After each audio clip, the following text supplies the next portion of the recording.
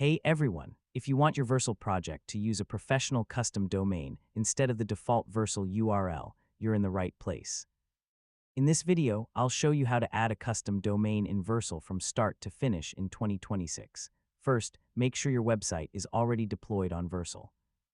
Your project should be live and functioning correctly before connecting a custom domain. Next, purchase a domain name from your preferred domain registrar if you don't already own one. Once you have a domain, sign in to your Vercel account and open the project where you want to add the custom domain. From the project dashboard, navigate to the Settings section and select Domains.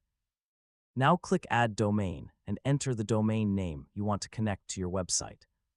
You can add either the root domain, such as yourdomain.com, or a subdomain, such as www.yourdomain.com.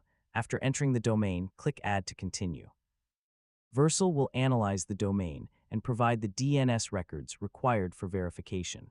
And that's how to add a custom domain in Vercel in 2026.